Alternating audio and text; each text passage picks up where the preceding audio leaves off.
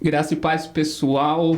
Muito bom dia, boa tarde ou boa noite. Não sei que horas vocês vão assistir esse podcast, mas sejam todos muito bem-vindos. Hoje estamos aqui para mais um episódio do nosso podcast. Episódio de número... Qual o número, Douglas? Me ajuda. 7. Número 7, temporada 2, pessoal. Estamos aqui com um convidado mega especial. Quero apresentar aqui o pastor Denilson Pereira, pastor do Ministério de Perus, né? Veio nos prestigiar com a presença dele aqui hoje. E, pastor, de antemão, muito obrigado por ter aceito o nosso convite. Amém. Fique à vontade, a casa é do senhor. Já batemos um papo ali atrás um pouquinho. Temos muita coisa aí para conversar, para discutir. Então, fique à vontade, seja muito bem-vindo. Suas primeiras palavras, já começo fazendo a primeira pergunta. Quem é o pastor Denilson? Aonde nasceu? De onde veio o pastor Denilson? Boa pergunta. Saúdo a todos com a paz do Senhor Jesus. Amém. Me sinto honrado e quero parabenizar o Alexandre e a equipe aqui da Igreja Batista por esse trabalho de podcast. E os jovens são fortes e já têm desvencido o maligno, né? Amém. O pastor Denilson é uma pessoa muito simples, né? Venho de família que está sempre acostumado a viver na simplicidade e não sempre fui evangélico. Olha aí que legal. Certo. Eu aceitei a Jesus com 19 anos. Então tem uma história antes dos 19 e tem uma história para frente. Nascemos aqui em São Paulo. Os meus pais nasceram no Paraná. A minha esposa, Cristiane, nasceu no Paraná, Maringá. Veio para São Paulo também, construiu uma vida bem difícil com seus pais. Deus preparou que nós nos encontrássemos. Eu não era evangélico e ela me ganhou para Jesus. Nos encontramos. Temos 2 filhos. O Tiago tem 30 anos, a Mariana com 26. O Tiago é professor, ele fez música. Então ele dá aula de arte, é um músico por excelência. Embora ele não esteja na igreja hoje, mas ele é um menino de Deus. Foi chamado, o nome dele está registrado. Só que ele escapou e está caminhando em outros... E nós estamos aguardando aí o trabalhar de Deus. E a Mariana está aí na Igreja Bíblica Cádiz, fazendo obra de Deus, louvando. Missionária, já foi para Amazonas, para Bahia, para Minas. Ah, que legal. Então temos algumas experiências aí. Estou aqui à disposição. Você pergunta e eu respondo. Ótimo, ótimo. Muito obrigado. Primeira curiosidade... O senhor é do Paraná, sua esposa é do Paraná, mas se conheceram aqui em São Paulo? Meus pais, eu nasci aqui em São Paulo. Ah, o senhor já nasceu aqui. Nasci na Lapa, ali no Metropolitano. No Metropolitano, eu também nasci Isso, ali. Só que eu nasci lá em 69. Eu nasci um pouquinho depois. Só um pouquinho. Isso mesmo. Ah, legal. Pastor, então, para começar aqui o nosso papo, eu já quero puxar um pouco para essa questão da conversão do senhor. O senhor falou que se converteu aos 19 anos, né? Então, 19 anos, o senhor já estava ali na juventude, né? Lógico que era uma época totalmente do que é hoje, né? A juventude de hoje. Mas conta pra gente como que foi esse encontro com o Evangelho, como que Cristo resgatou o senhor. Antes de eu falar, eu gostaria de ler um texto bíblico. Fique à vontade. 2 Coríntios, capítulo de número 10, os versículos 4 e 5, que diz assim: Porque as armas da nossa milícia não são carnais, mas sim poderosas em Deus para a destruição das fortalezas, destruindo os conselhos e toda altivez que se levanta contra o conhecimento de Deus, e levando cativo todo o entendimento à obediência de Cristo. Então, eu fui cativado pelo amor, que é um amor constrangedor, um amor de Deus. A minha esposa me apresentou a Cristo e eu, como qualquer jovem que não conhece o Evangelho ainda, acha que essa questão de igreja é perder tempo, né? Então, eu jogava muito futebol na quadra coberta ali na Coab e tinha os amigos das cachaças, né? Das festas e tudo. Então, eu nunca pensei em igreja, mas quando eu conheci a esposa, ela me convidou, fui na igreja. Quando cheguei na igreja, Assembleia de Deus, pentecostal, os crentes pulando, saltando, me deixando louco. Eu falei, mas o que é isso? Será que precisa dessa loucura toda? E aquela coisa que as pessoas falam, mas Deus não é surdo, para que grita e tal? E eu me espantei porque depois de 15 dias que eu estava frequentando aquela igreja, aquela loucura dos crentes, o batismo no Espírito Santo, me queimou e eu gritava, para salvar minha mãe, para salvar minha mãe, para salvar minha mãe. E daqui a pouco explodiu uma língua repartida como que de fogo. E ali eu fui tomado pelo batismo no Espírito Santo antes de descer as águas batismais. E aí eu li esse versículo porque nós, antes de sermos cristão evangélico, nós frequentávamos a Igreja Católica. Mas nas sextas-feiras, ou quando nós precisávamos de alguma ajuda espiritual, nós íamos também tomar passe e consultar os guias. Então a gente era um católico meio que sincretizado, né? Misturado.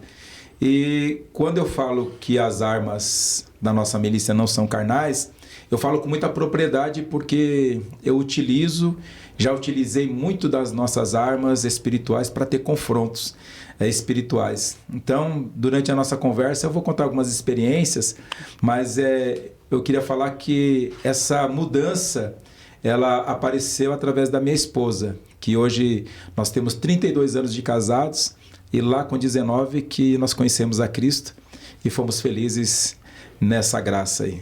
Ótimo, ótimo, muito legal, muito legal. Então, falando aí um pouco a sua esposa, ela já era cristã, né?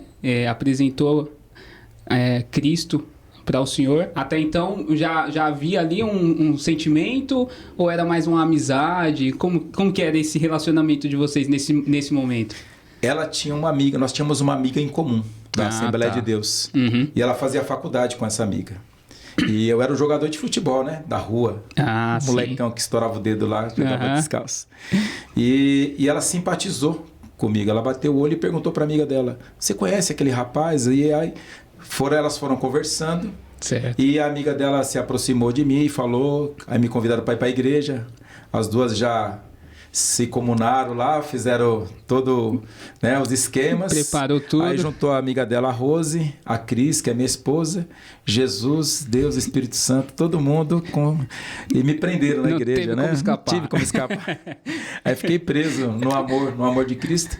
E foi interessante porque nós nos conhecemos, ela já me conhecia, então o ponto final dos ônibus que eu estudava na PUC, trabalhava nos Correios, ela estudava na PUC, trabalhava na PUC. Então, quando nós íamos no ponto final, era o mesmo horário de vir embora. E naquela época tinha um negócio de invadir ônibus, de entrar, aquela coisa. Uhum. E ela era sempre certinha, ficava na fila. E eu gostava de furar a fila, entrar na frente ali. Ela entrou um dia, e na hora que eu fui furar a fila ali, brigou comigo. Eu não sei o que, tal, que coisa é essa? Né? Mas já estava na intencionalidade. Falei, não era toda essa briga mesmo, né? Não era tão nervosa assim, porque quando ela passou a catraca, ela passou, sentou na beirada e guardou um lugar no canto.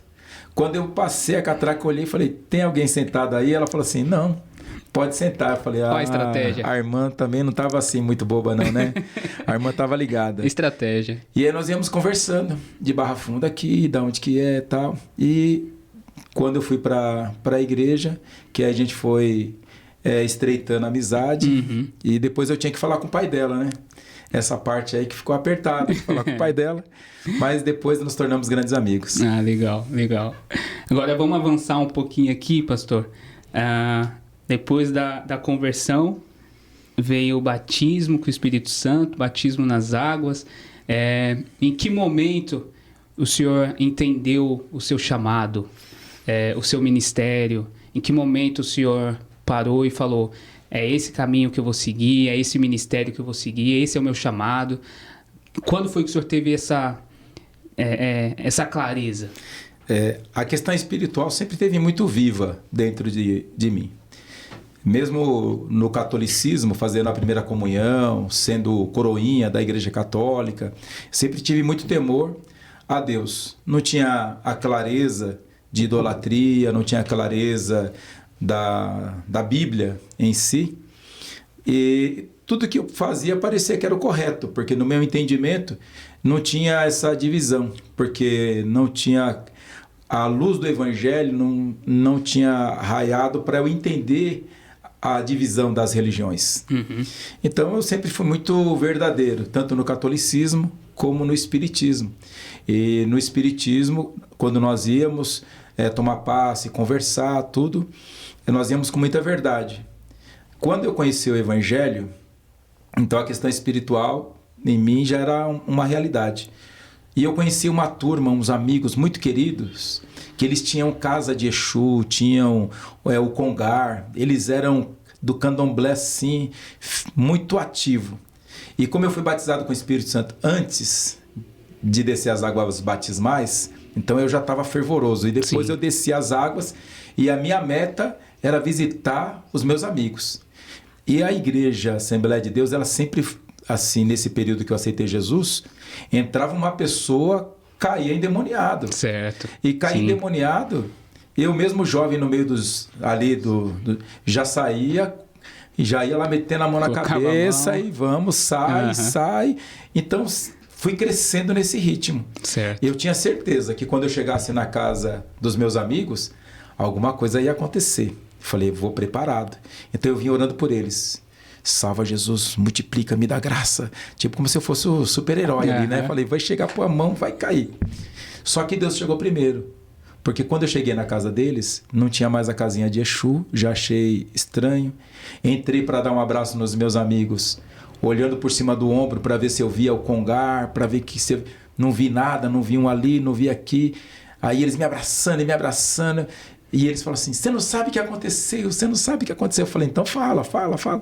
Nós estamos indo tudo para a Assembleia de Deus, Então eu vi que as nossas orações, elas chegaram primeiro. Chegou primeiro. E Deus fez uma obra transformadora. Então quando eu falo dessa minha relação espiritual e dessa minha chamada, eu vejo que a evangelização e o mundo espiritual... o meu ministério vai muito por esse caminho aí. Então deu para entender um pouco da chamada. O senhor se preparou, chegou lá, falou agora. Deus chegou antes. Chegou. Mas foi muito bom, massa, né? Porque quando nós éramos tudo lá do bate-caixa, né? Quando nós éramos... sempre tem o verdadeiro e tem o falso. Então nós tivemos umas experiências com as guias grandes, umas guias pretas, e uns negócios que aconteceram assim, que você fala assim, não, isso aí não pode ser invenção, não pode. Então nós conhecemos o mundo espiritual, e quando eu falo para a igreja hoje, eu converso com alguém, mesmo que é de um movimento espiritualista, católico, falo com muito respeito, porque nós vamos entendendo que as pessoas, se o Evangelho...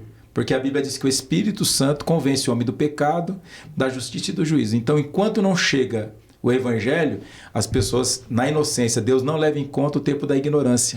Aí você vai entendendo os valores que cada pessoa traz dentro da sua religião. Então, como a pessoa não conhece, não cabe a nós tecermos nenhum tipo de comentário que pode ser... preconceituoso ou não, porque você não conhece a fundo o sentimento das pessoas naquela religião ainda, né? Agora, pastor, é meio que inevitável, né? Por exemplo, assim, uma pessoa que teve essas experiências, seja na espírita, enfim, pessoas que tiveram experiências espirituais no passado, numa vida sem Cristo, é meio que inevitável, né? Quando ela aceita Cristo, ela não potencializar isso, né? Ela não viver essas coisas, né? Essa parte mais espiritual. Sim. Porque eu percebo uma diferença. Eu não conheço muitas pessoas que vieram do espiritismo ou umbanda, enfim. Mas as poucas pessoas que eu tive contato, que eu conheço, são pessoas que você percebe que essa espiritualidade dela é mais aflorada do que uma pessoa que se converteu e vem de outras raízes. É meio que inevitável isso, o senhor diria? Não, é que são experiências de vida. Nós temos muitos evangélicos que nasceram no berço evangélico e vai tendo uma ligação com os louvores, com a vida na igreja, com a prestação de culto a Deus, e às vezes não tem uma relação muito forte com a questão de libertação, e já tem outras pessoas que tiveram uma vida... Então a experiência fala muito forte no cotidiano das pessoas. Uhum. Agora, o que eu acho que é interessante são os posicionamentos e o direcionamento. Porque quando eu conheci a esposa, ela sempre foi, até hoje, ela é louca do estudo. Ela vai ouvir lá, vai ficar brava comigo, mas ela estuda demais, ela gosta de estudar. Uhum. Ela trabalha com crianças, ela trabalha com Libras. Ela é espetacular no estudo. E a minha ideia era terminar o 3º ano do médio. Eu queria terminar o 3º ano do médio. Terminou o 3º ano do médio? Tá tudo acabou, certo. Que alívio, acabou. E quando eu terminei o 3º ano do médio, falei, acabou. Ela falou, não acabou. Tá só começando. Agora tem a universidade, mas não tinha nos meus planos fazer a universidade. Meus planos era terminar o 3º e depois sair para as festas com os amigos, correr, viver a vida e tal. Mas ela falou, não. E o que foi interessante, aí eu desfoquei um pouco a conversa do espiritualismo, para a gente entender que a transformação do evangelho, ela não é só no mundo espiritual de guerra, porque existem guerras espirituais que você não vê, mas você, no dia a dia, a Bíblia ela vai falar que Jesus ele está conosco todos os dias, até a consumação do século. Então tem momentos que você não sabe, Deus abre uma porta, Deus vai conduzindo a sua vida. E depois que eu aceitei a Cristo, essa vida espiritual, ela potencializou, mas mudou também na minha vida secular, porque através da minha esposa e do conhecimento do Evangelho, eu fui fazer faculdade. E aonde que eu fiz faculdade? Na PUC de São Paulo. E eu fiz na PUC de São Paulo sem pagar, porque eu consegui bolsa de estudo. Né? Esposo de funcionário, esposo masculino não poderia ter bolsa. Só esposa, porque a esposa era dependente do marido. Certo. Mas o marido não era dependente da mulher. E aí eles criaram um conselho para discutir se era dependente, se não era. Então eu fui o primeiro bolsista masculino dependente da esposa lá na PUC de São Paulo. E aí Deus abriu as portas, eu fiz história. E aí eu gostava de fazer história porque a Bíblia fala de Babilônia, a Bíblia fala de Egito, a Bíblia fala de um monte de coisa. E eu queria entender. Então eu me tornei professor de história, depois fiz pedagogia, fiz teologia, fiz pós-graduação, ensino superior. Tudo isso que eu fui agregando no meu conhecimento, eu atribuo a Deus e à minha esposa. Então o evangelho ele muda não somente no mundo espiritual, mas ele muda no mundo social, muda nas ideias, muda de uma forma geral. Ele vai direcionando, né, o nosso caminho. Muito show. Aproveitando que o senhor já deu uma palhinha aí falando que o senhor é professor de história. Foi professor, né? Hoje o senhor não leciona mais, correto? Não, eu vou ser sempre professor. É mesmo? Tá certo, já aprendi mais um. Professor, certo. Então, o senhor fez história, chegou a lecionar ensino médio, ensino fundamental. Como que foi essa parte mais profissional do senhor com os estudos?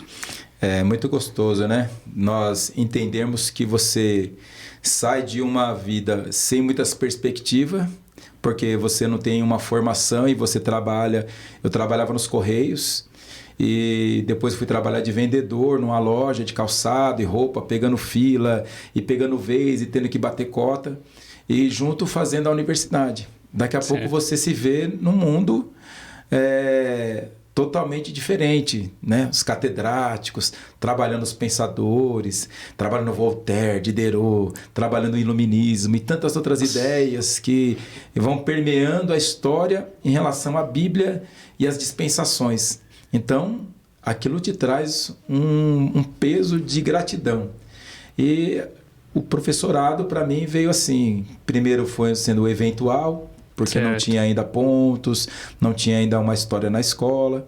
E depois fui trabalhando como contratado, categoria F, e nós carregamos bastante tempo, prestamos o concurso, nos tornamos efetivos. E aí, quem leciona história também pode trabalhar com sociologia. Aí eu trabalhei com história, sociologia, história das religiões para os 9º anos, né?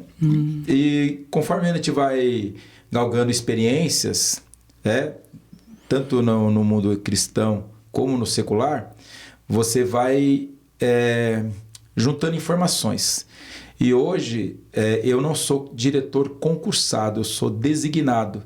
Mas eu já trabalhei como vice-diretor, como coordenador, e hoje eu estou sendo diretor de uma escola aqui próximo, na Brasilândia, Edgar Pimentel Rezende. Sou diretor ali, tem ensino médio pela manhã, certo. E à tarde o ensino fundamental dos anos finais, as crianças que fazem de 6º até o 9º ano. Legal. Então é muito gostoso. Legal. Agora, ainda falando um pouco a respeito disso, como que é... Quanto tempo, mais ou menos, assim, por exemplo, desde que o senhor se formou até que o senhor conseguisse ser efetivado e tudo mais? De quanto tempo a gente está falando? Nós estamos falando mais ou menos de uns 20 anos aí. Uns 20 anos. Uns 20 anos. Porque a carreira profissional, ela vai passando por fases, né? Hoje nós estamos no período digital. Certo. E plataformas. Quem preenchia diário na caneta e tinha que fazer a chamada no diário, e hoje está usando o tablet, está usando outras ferramentas, elas vão passando por fases e momentos da história. Então, várias gerações já passaram por nós. Então, eu encontro na rua hoje o pai, que o filho é meu aluno e que o pai me conheceu lá atrás. E aí, professor, tal. Tem outros que estão fazendo faculdade, outros que já se formaram, são engenheiros, doutores, me conhecem. E aí, professor, tudo bem? Então, esse movimento de vidas, porque assim como o evangelho transforma e muitas pessoas passam por nós, a questão de professor, se você for olhar pelo lado de formação de vidas que você transforma através da educação, esses 20 anos, para nós, agregaram muita alegria e muitos alunos que passaram por nós aí. Agora, tocando num ponto um pouco sensível, essa questão educacional, pastor. Hoje em dia, a gente vê, a gente percebe como que tem sido deturpado a questão do ensino, pelo menos aqui no Brasil, né? A gente tem aí ideologias de gênero, alguns tipos de ideologias que aos poucos vêm entrando nas escolas, né? O senhor, lógico, pode falar com muito mais propriedade sobre isso. Como que o senhor enxerga isso? Existe, vamos dizer assim, realmente existe um movimento para que ideologias sejam impostas, ou que ideologias sejam colocadas ali no ensino, seja fundamental, médio, até mesmo nas faculdades? O senhor percebe isso? Existe esse movimento para que essas ideologias sejam impostas? Eu penso que a gente tem que ter sempre muito cuidado quando você afirma um posicionamento. Porque existe a ideologia, ou seja, o conjunto de ideias. Então não tem só um grupo, um bloco de ideias. Certo. Existem uma diversidade de ideias. E a construção, que são de identidade de gênero, ela não apareceu agora. A identidade de gênero, o nome é atualizado, tem novas características, mas essa ideia, ela já vem de anos e anos atrás. Agora, o que estão fazendo? Criando leis, criando acessibilidade, tanto na mídia, programas, que está facilitando o acesso a essas informações. Como é tratado como grupo de minorias, quando na verdade minoria talvez pela tratativa, mas é um grupo muito grande de pessoas e eles lutam. Então, quando eu falo de uma organização, tudo se passa pela política, porque quem é que faz as leis dos municípios são os vereadores, quem executa são os prefeitos, e quem vota nos vereadores e nos prefeitos são os eleitores. Então, quando os eleitores não têm consciência de quem ele pode ou não colocar como representante dele, outras pessoas, outras ideologias vão colocando.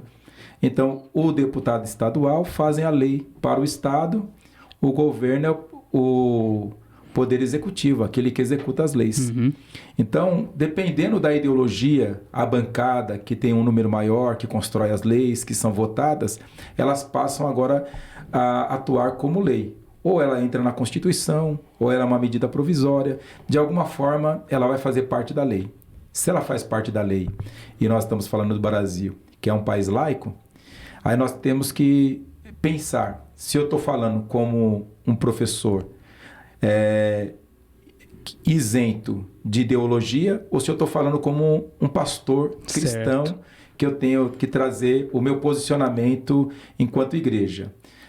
Então, quando nós estamos falando politicamente e profissionalmente, você tem que ter um respeito, um respaldo. O que a lei determina para cada ação. Uhum. E aí, quando você é pastor, que você está pregando para a sua igreja, porque a escola não é lugar de pregar, certo, a escola não é lugar de sindicato, a escola não é lugar de nós fazermos a ideologia. A escola, ela é um ensino regular, ela abre um espaço para as pessoas pensarem.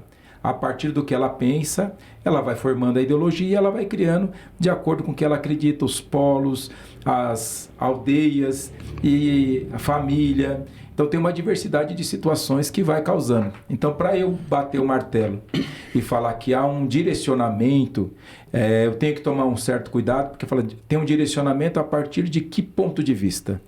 Né? A partir de que ponto de vista? Uhum. Então, se for do ponto de vista do pastor, aí vai falar assim, tem um direcionamento, porque a igreja, ela prega contra esse tipo de ideologia. Uhum. Agora, se eu for falar como um profissional da educação, eu vou falar que a escola é um lugar para todos. E todos têm que ter a abertura, todos têm que ter o conhecimento, e a sociedade em si tem que aprender a respeitar todos os atores da sociedade. Então, a gente tem que, com muita cautela, entender de que aspecto, de que ponto que você está falando, e lembrar que, sobretudo, o respeito ele tem que prevalecer de ambos os lados, para não ser um posicionamento ao avesso, né? Uhum. Porque ou você rotula essa questão da identidade ou você rotula a igreja como uma questão doutrinária, que a igreja vai ser rotulada como uma questão de opressora. E a igreja não é opressora. Uhum. Há pessoas que querem defender o seu posicionamento e ele não tem argumento e ele joga para a igreja.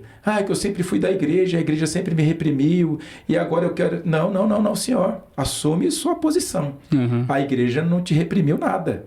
Você quis porque quis. Então, o posicionamento ele tem que ter caráter. Uhum. E não atribuir para uma instituição religiosa, ou para a família, ou para alguma coisa que aconteceu. Não, ele tem que ter um posicionamento e falar, eu quero e a partir de hoje, então, eu assumo e aí vamos lá. Né? Então, eu penso desse lado aí. Legal. Agora, falando um pouco mais sobre educação. O senhor já tem aí uma longa trajetória na área da educação. O senhor percebe uma evolução, o senhor percebe uma regressão no ensino, na forma de ensinar, na didática do ensino? Qual que é a avaliação que o senhor faz desse tempo de carreira? Bom, é um posicionamento também bastante peculiar, porque quem é saudosista vai falar assim, no meu tempo, no meu tempo. Só que assim, se você for ver o tempo de cada pessoa, também não era um mar de rosa. Todo tempo teve seus problemas, todo tempo teve seus percalços, todo tempo teve a cinta da mãe, o chinelo que voa e que te acerta onde você estiver, o chinelo da mãe te busca. Então, eu acredito muito nos valores da família, sabe? Eu penso muito nos valores da família.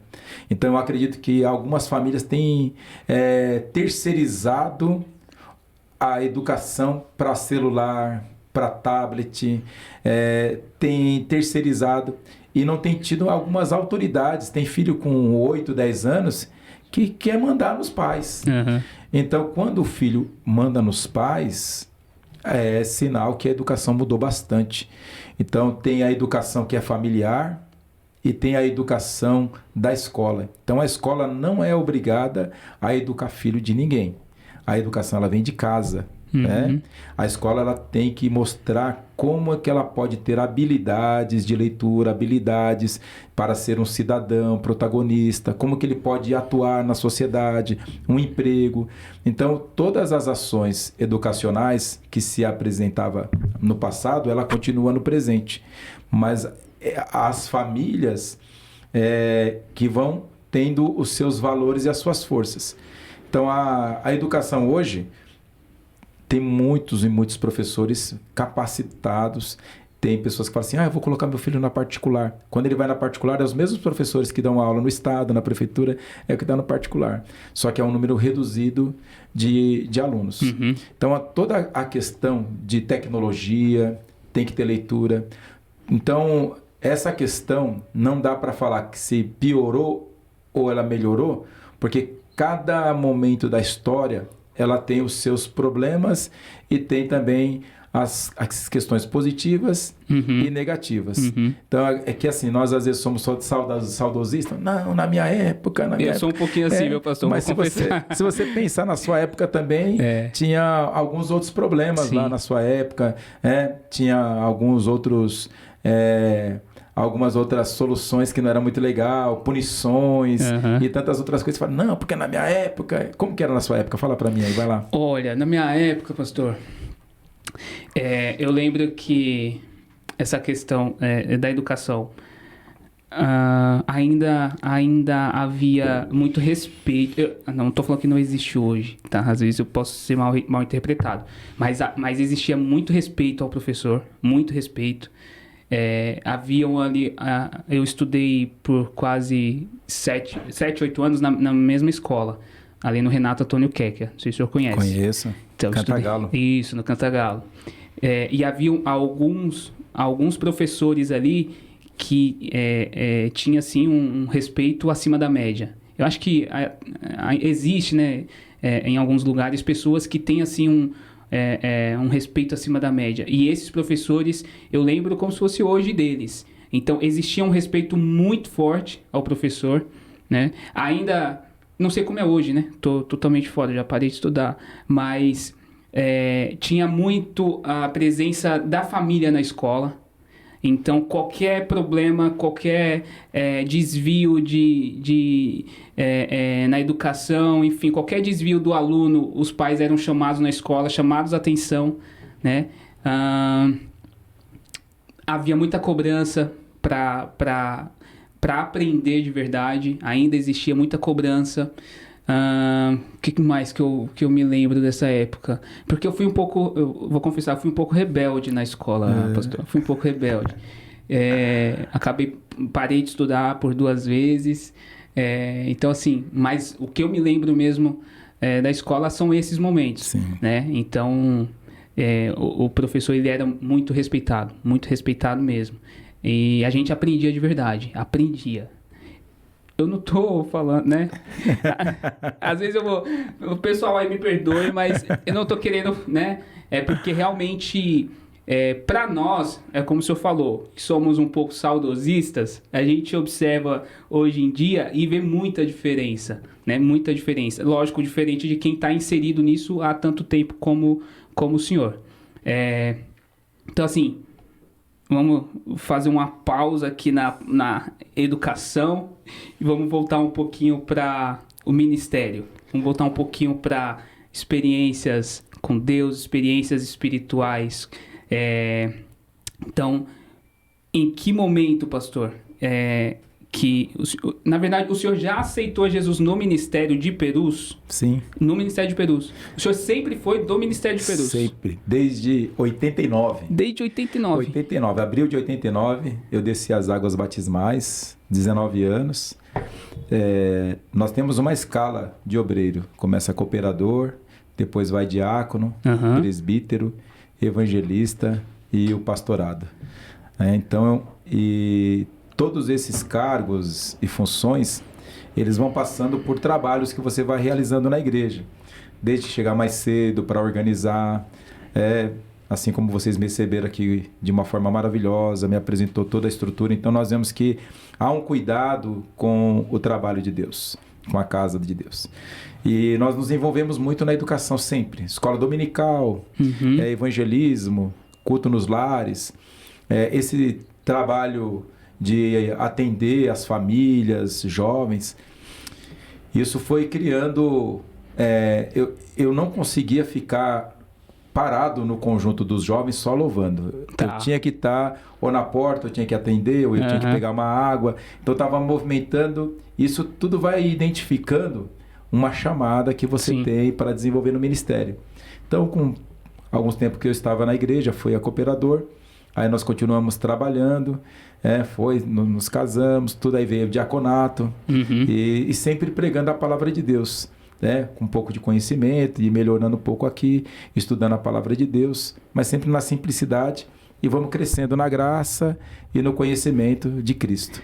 E aí nós fomos encorpando, chegando ao presbitério, auxiliando os pastores, trazendo ensino da palavra, repartindo o ensino, e foi comendo palavra, e a palavra é a que alimenta o crente, né? O senhor é um pregador mais daqueles pentecostal, ou o senhor é mais tranquilo na palavra? Como que o senhor se identifica? Eu me identifico dependendo do ambiente e do momento. Eu legal. acredito que cada trabalho é um trabalho. Certo. Se for para nós darmos uma palestra, se for encontro de casais. Se for falar pastor para os jovens, a gente vai conversar com os jovens. Se for para dar lugar na terra também, para sumir o sapato, a gente vira cambalhota e bate com a mão para o céu e vamos que vamos, né? Então, eu não me limito em adorar a Deus, mas eu sei me posicionar em cada ambiente que for necessário para nós atuarmos, né? Se for para pregar mesmo, uma pregação pentecostal, né? Com muita graça, nós vamos dando lugar e o Espírito Santo vai operando. Agora, se for para nós falarmos ensino também pausado, para que haja um acompanhamento e tudo, certo. Vamos trabalhando. Então, eu não me intitulo, mas se você perguntar assim, o que o senhor gosta mais e tal, eu sou avivalista. Então, você pode rotular aí. Pá, avivalista. Coloca aí avivalista. Certo. Agora, pastor, continuando nessa pegada e dessa trajetória ministerial do senhor, eu acredito que o senhor tem muitas experiências, né? Viveu bastante coisa no Evangelho, viu muita coisa, sim. né? Nessa caminhada. O senhor consegue se recordar alguma experiência do senhor, ou que o senhor presenciou, que marcou?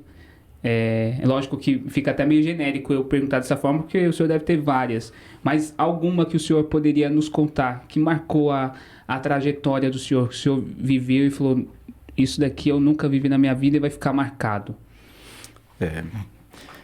Muitas histórias já vivemos, né?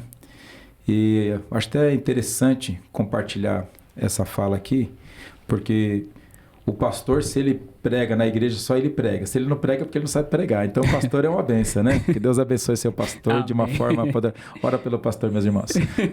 Verdade. E eu cheguei numa determinada igreja e havia uma briga de um casal, e eles sempre brigavam, voltavam, e o pastor é que fazia a mediação. Tá. Quando eu cheguei na igreja, eles brigaram, separaram, e quando eles vieram fazer a mediação, eu perguntei, o que vocês querem fazer? Ela, não aguento mais ele, quero separar. E ele falou, eu não aguento mais ela, quero separar. Eu falei, tá bom. Se vocês querem separar, seja feita a sua vontade. Quando eles viram que eu não fiz força para juntar o casal, porque eles estavam acostumados nessa guerra, eles se juntaram de uma tal forma que eles nunca mais arrumaram briga, mas só que quem ficou ruim é o pastor que queria separar o casal. Então é muito interessante nessa caminhada nós entendemos que a orientação pastoral, ela não pode intervir nas determinações de resultados. Ela tem que ouvir e esperar, ver qual o encaminhamento que a família vai ter, porque a dissolução de um lar é sempre muito agressivo, porque às vezes tem filhos e tudo. Então, nós preservamos pela família. Mas essa experiência foi bem interessante, porque causou um choque, e houve uma mudança naquele casal que até hoje eles estão bem vivos aí, animados, edificados, né? Agora, no mundo espiritual, diversas experiências nós já passamos em ver pessoas caídas na rua. Eu lembro ainda pouco tempo na igreja, namorando a mocinha, né? E nós estávamos indo para casa, um rapaz caído no poste, e eu fui conversar com ele. Na hora que eu conversei com ele, o olho virou assim, e aí a voz engrossou, e ele falou, você sabe de onde que eu vim? E ali mesmo no meio da rua, Deus deu autoridade, falou assim, então você volta de lá mesmo, sem muito escândalo, sem muita gritaria, foi, e nós conseguimos ter êxito, a polícia logo chegou, pegou, achou que estava doente, levou para o hospital, mas ali ele já foi liberto. Então eu tenho muitas experiências com a questão de libertação, né? De quando a Bíblia fala, quando você for visitar um lar, você vai de 2, não vai sozinho, porque é bom andar de 2, porque se um cai, o outro levanta. E eu entrei, eu estava indo embora para casa, deixei a namorada em casa e estou indo. Um rapaz me encontrou no meio da rua, você é da igreja? Você é crente? Eu falei, opa, sou crente. Mas pensa no crente que é crente mesmo, e estava bem fervoroso, né? E ele me chamou para ir falar para a esposa e para ele a palavra. Quando eu entrei lá dentro do apartamento, ele passou, foi 5 chaves. E foi trancando em cima, embaixo, trancando.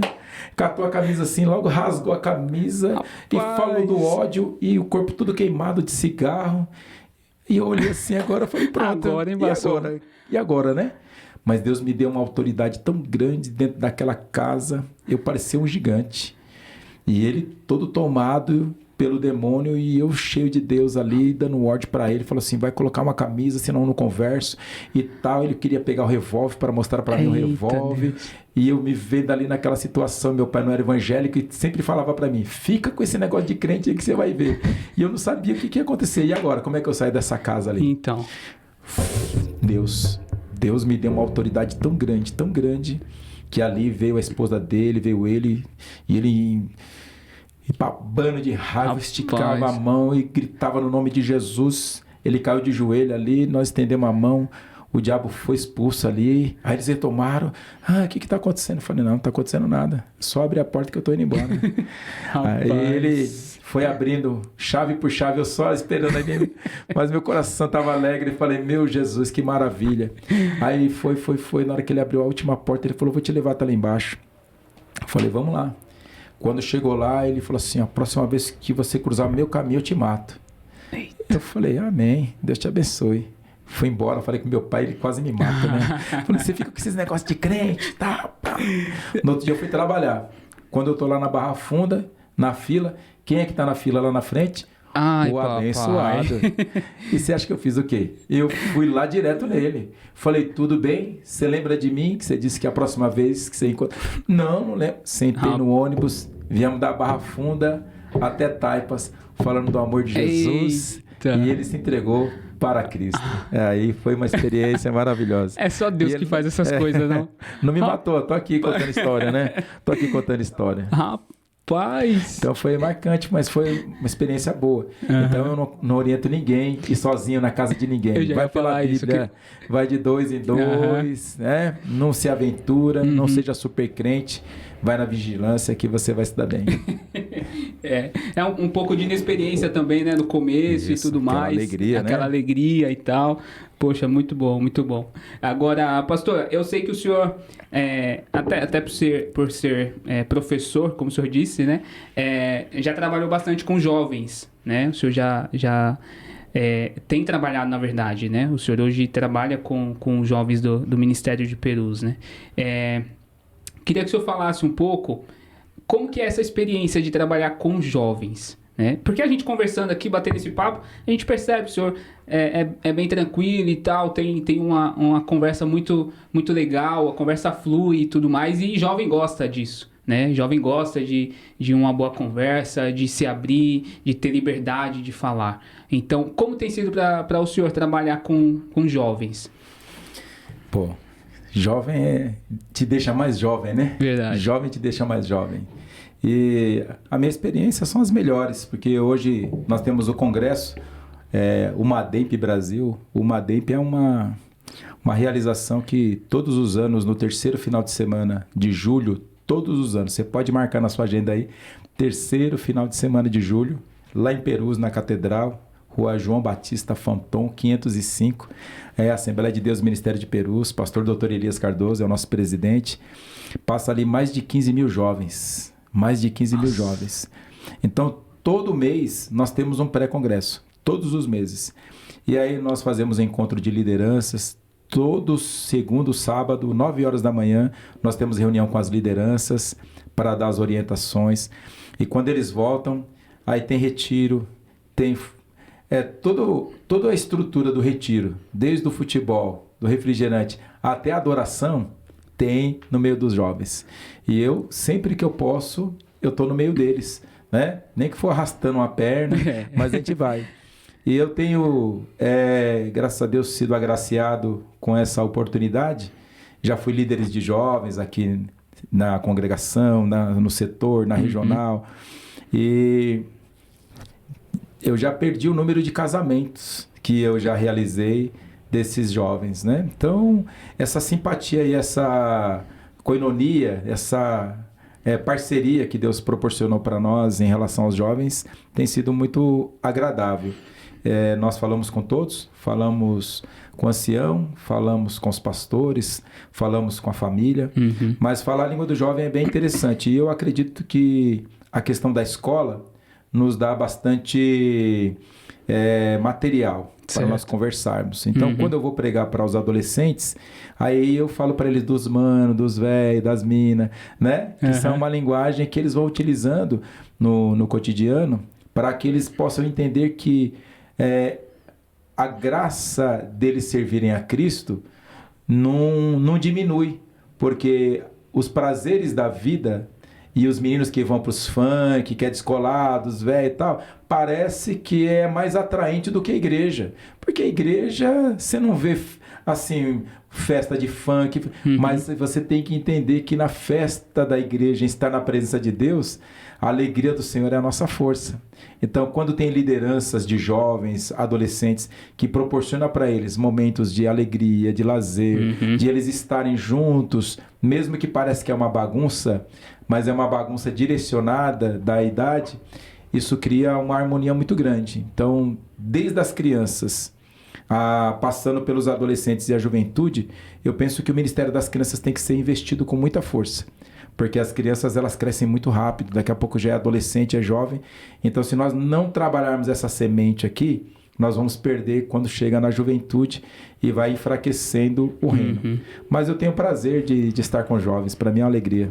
Show. Vou fazer a pergunta aqui que me fugiu da mente, estava com ela na ponta da língua. Nós temos também em Perus a Escola Bíblica Fraternal de Obreiros. Acontece sempre em fevereiro, no período de carnaval, vem obreiros, porque Perus nós temos trabalho em 20 estados da federação, que temos trabalho em 10 ou 15 países. Então nós temos trabalho no Paraguai, temos trabalho em Cuba, temos trabalho na Inglaterra, temos trabalhos em Paris, temos trabalho e em Portugal. E nós vamos trabalhando com os jovens para que eles tenham esse prazer.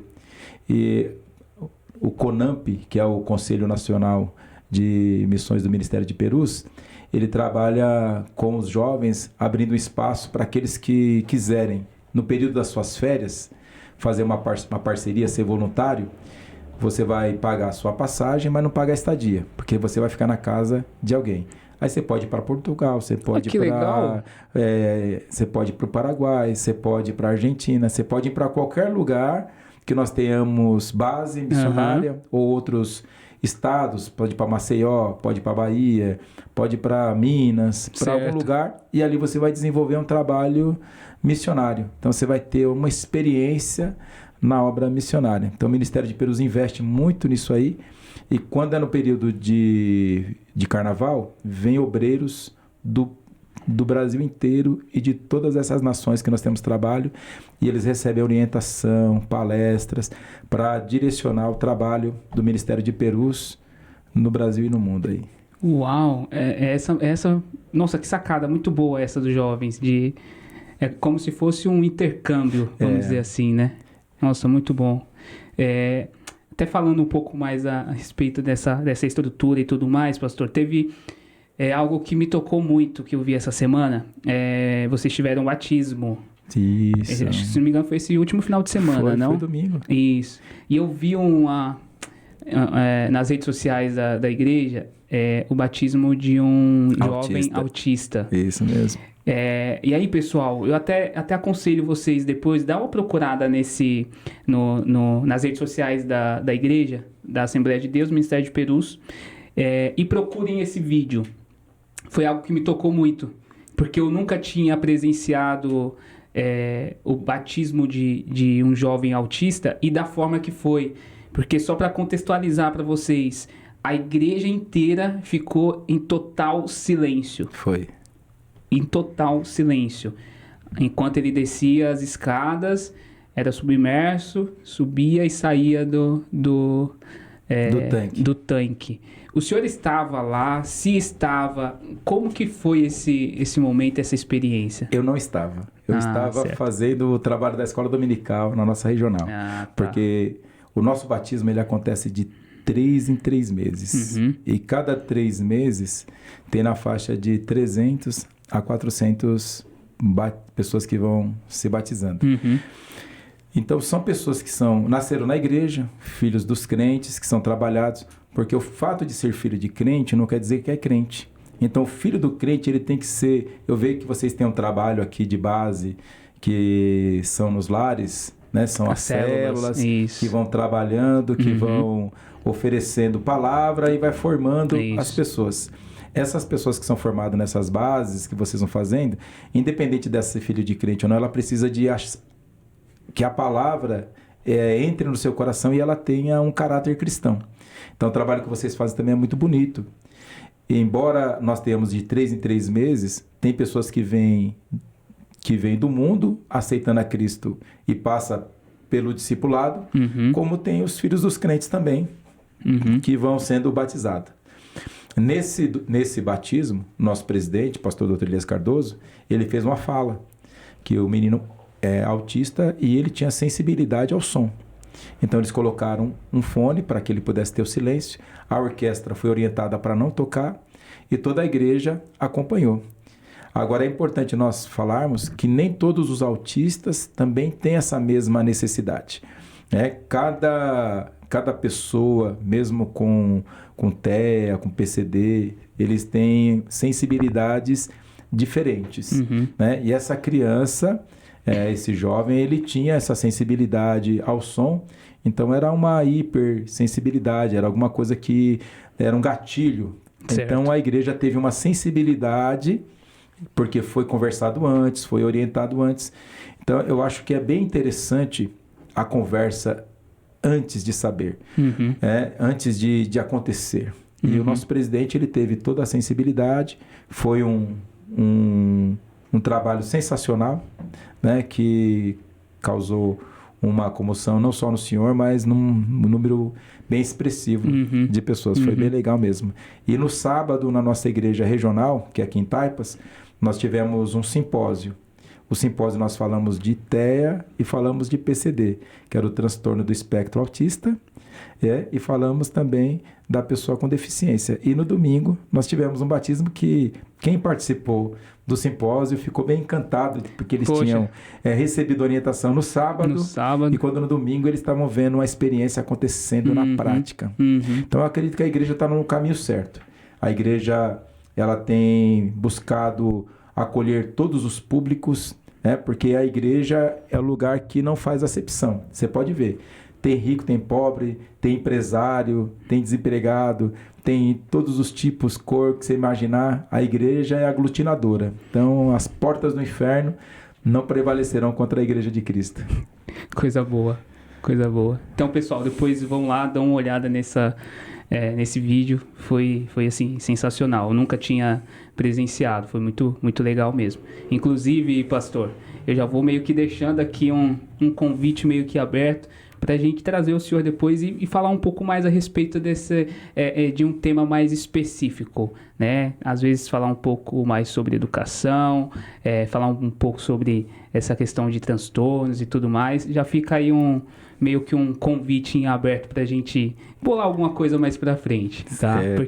Porque hoje a gente está aí meio que passando, né, dando uma pincelada em algumas áreas aí, legal, né? Mas depois, com mais tempo, a gente vai direcionar um pouco mais um papo, uma conversa, porque tem muita coisa que o senhor adquiriu com o tempo aí e eu percebo que o senhor está aberto a falar, a ensinar, né? E isso é muito bom mesmo. Agora, tudo que é bom, né? Todo papo bom, toda conversa boa também precisa de um fim.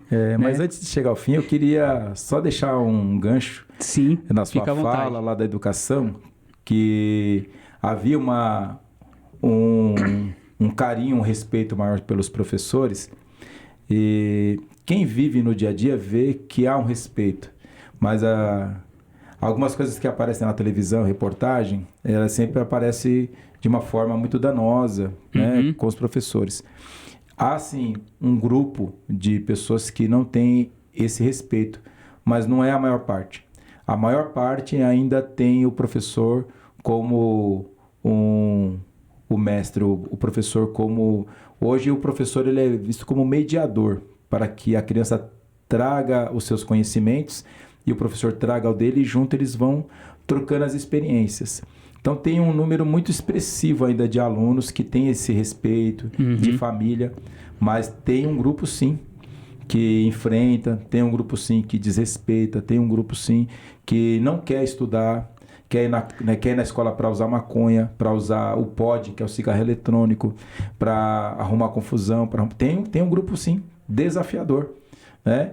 Então, quando eu falo que nós temos que guardar as proporções, não quero dizer que está às mil maravilhas, mas eu quero dizer que ainda tem um remanescente, que respeita e que quer estudar e quer fazer faculdade sim. Inclusive, pastor, acho que até dentro dessa fala do senhor a gente pode colocar justamente a questão que o senhor falou, que muitas famílias estão terceirizando a educação domiciliar para a escola. Isso. Né? Então a gente pode até fazer um paralelo aí, que assim, essas crianças, esses adolescentes que têm essa terceirização, né?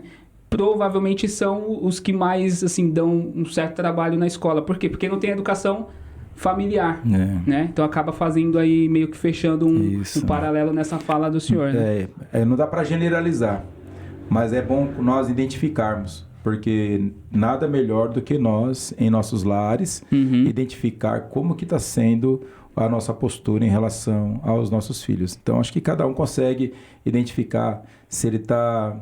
Como que é? Fica mais com quem? Quem é que está educando? Então, tem bastante desafio. É desafiador, né? Ser jovem e adolescente nesse período é desafiador. Então, eu peço para que as famílias tenham calma e saibam que eles estão educando pessoas do bem. E não percam de vista a palavra de Deus. Inculca na criança, igual diz lá na palavra de Deus, ao deitar, ao levantar, andando, caminhando, assentando. Prega em este tempo, fora de tempo, fala da palavra e vai tendo respeito. Porque quando a gente fala que a criança tem que respeitar o adulto também tem que respeitar a criança, né? E a Bíblia fala assim, para os pais não ficar provocando os filhos, né? Então nós temos que entender que as crianças também têm direito. Assim, a família ela vai andando e sabendo guardar as proporções para que todos possam crescer e não criar nenhum tipo de horror ou nenhum tipo de afastamento da família. Então, tenha paciência, vai dar tudo certo. Deus está no barco, no controle, não perdeu nada de vista e vai temendo a Deus, vai caminhando e vai dar tudo certo. Eu já pego esses conselhos para mim, pastor, porque eu tô aí com a minha de 9 meses, né? Começando esse desafio, né, de criar um ser humano. Isso. Né? Então, eu já pego esses conselhos e já guardo e logo começo a colocar em prática. Calma que ela vai fazer muito bolo ainda lá, um bolo de cenoura. Tem gente que não deixa a criança chegar nem perto da louça. Aí depois fala, mas essa criança não sabe fazer nada, porque não deixa fazer. Então deixa queimar um arroz, deixa fazer lá, põe junto para quebrar o ovo, junto, vai estragar uns 2, mas daqui a pouco vai sair coisa boa. Né? Tem gente que a cozinha dela é imexível, ninguém pode chegar perto. Minha cozinha não, deixa a criança na cozinha, deixa a criança varrer o chão, deixa passar o pano assim, mesmo que fica tudo melado, depois você tiver que passar por cima, deixa ela trabalhar, envolve, porque depois ela vai ficando aperfeiçoando, arruma a cama, tira o sapato do chão, lava a louça. Disciplina, e né? você tem um parceiro. né? Os pais pegam a criança para ajudar a lavar o carro, né? E deixa ele lavando lá, lavar o pneu, vai. Então, você tem que se aproximar. Você tem que ser amigo do seu filho e não colocar ele para mais distante. Eu costumo brincar, pastor, quando eu vejo alguns amigos, enfim, que a criança já faz alguma coisinha aqui, faz outra ali, eu pego e falo, até que enfim tá dando retorno, né? Todo investimento, toda noite mal dormida tá dando retorno, tá fazendo uma coisinha aqui, outra ali, e é isso, né? Com essa leveza, né? Mas com muita responsabilidade. Correto. Né? Essa é a que a gente precisa aí direcionar essas crianças de hoje em dia. Assim como a Assembleia de Deus do Ministério de Perus investe muito, aqui também nós investimos muito, né? O senhor teve uma fala que é a mesma fala que o meu pastor sempre tem aqui. Ele sempre fala, nós precisamos investir nas crianças.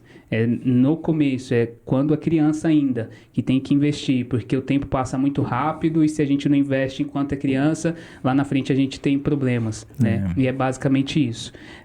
Pastor, então, para a gente encerrar, eu queria fazer uma última pergunta para o senhor. Nós estamos aí, como o senhor falou, na era da tecnologia, né? Então, esse podcast, ele vai para a internet e ele vai ficar lá por um bom tempo. Pode se passar 10, 20, 30 anos e se as pessoas buscarem lá, elas vão se deparar com esse episódio desse podcast. Sim. E eu abro essa oportunidade para o senhor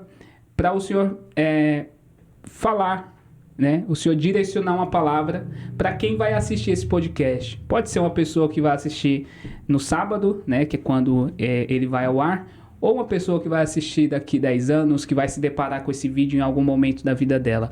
Qual mensagem o senhor deixaria para essa pessoa? A minha mensagem é bem simples. Entrega o teu caminho ao Senhor, confia nele e tudo ele fará. A nossa mensagem de fé e de esperança, porque nós estamos diante de um século trabalhoso, onde a ansiedade e a depressão têm ceifado muitas vidas.